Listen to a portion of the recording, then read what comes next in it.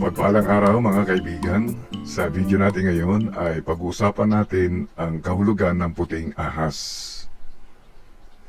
Kapag puti ang ahas, madalas itong may kinalaman sa kalinawan, katotohanan, o espiritual na mensahe o malinis na intensyon. Pero, pwede pa rin itong magdala ng babala depende sa ugali o ikinikilos ng ahas sa panaginip.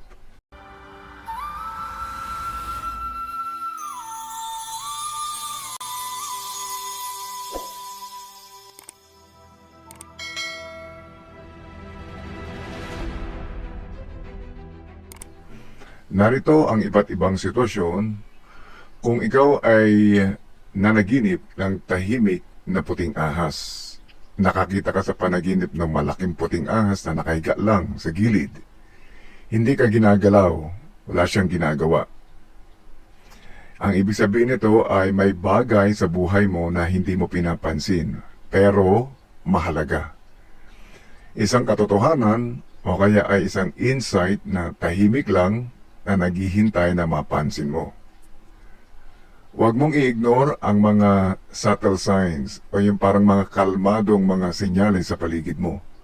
Maaari kasing may importanteng realization na dapat mong gawin o isang opportunity na hindi mo pa tinututukan.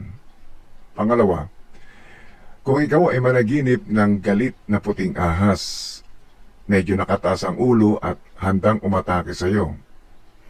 Ang kahulugan nito ay magkakaroon ng conflict o kaya ay suppressed emotion. Pag sinabi natin suppressed emotion, ito yung emotion na pinipigilan. Malinis ang pinagmulan, halimbawa, emotion na alam mong tama ka, pero sa pagpapaliwanag mo, nagiging agresibo ka dahil hindi naaayos. Ang puting ahas na nakatasang ulo at handang umatake o parang galit ay nangangahulugan na dapat meron kang ayusin o ayusin mo ang problema habang maaga, habang hindi ka pa kinakagat ng ahas, habang hindi ka pa inaatake. Ang tama mo na hindi na ipapahayag, halimbawa, meron kang point, pero hindi mo siya kayang ipaliwanag ng maayos nang hindi kayo nagkakagulo o hindi kayo nagtatalo. Pwedeng maging sanhi yan ng isang gulo. Pangatlo, puting ahas na maamo.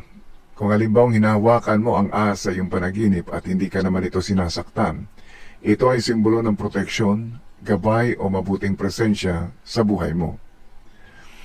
Nangangahulugan na magtiwala ka sa mga taong nagpapakita ng kabutihan sa iyo.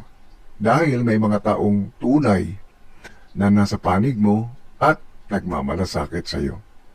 Pangapat, kung nanaginip ka ng puting ahas na nanuklaw o kinagat ka, hindi mo ito inaasahan.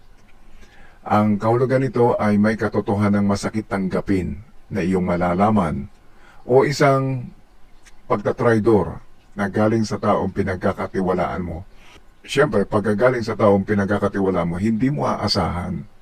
Siyempre, siya yung huling tao na iisipin mo na magbibitray sa iyo o magtatraidor sa iyo.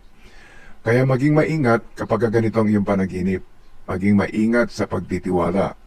Hindi lahat ng mukhang malinis o mabuti ay magiging ganoon sa dulo. Kailangan mong bigyan ng validation bago ka mag-trust. Kailangan mo munang kumuha ng mga ebidensya bago ka magtiwala.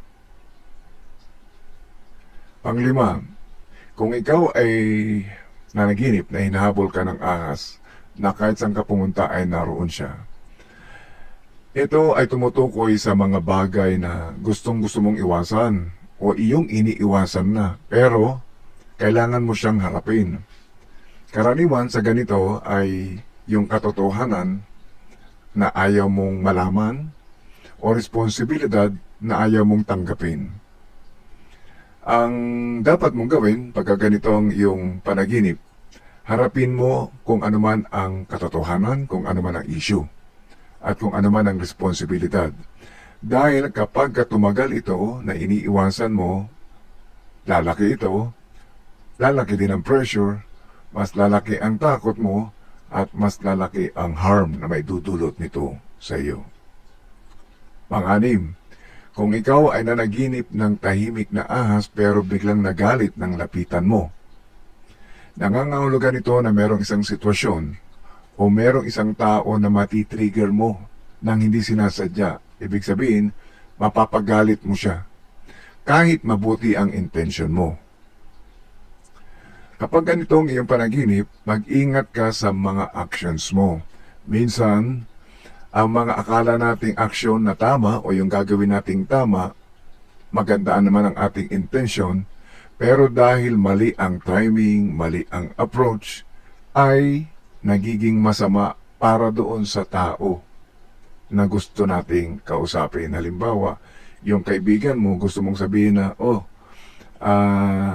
nakita ko yung asawa ay merong ginagawang hindi maganda. Kahit tama o mabuting intention mo para bigyan ng babala ang iyong kaibigan dahil ayaw mo siyang masaktan, pero nung sinabi mo na ganito ang nangyari ay nag-away pa kayong lalo dahil mali yung timing at mali din yung approach. Pampito, nanaginip ka na yung ahas ay tumatakbo palayo, hindi ka hinaharap. Ang kahulugan nito ay may problema o katotohanan na maaring nawawala na o nakakalimutan na o iniiwasan mo na rin o may pagkakataon na lumalayo mga opportunity.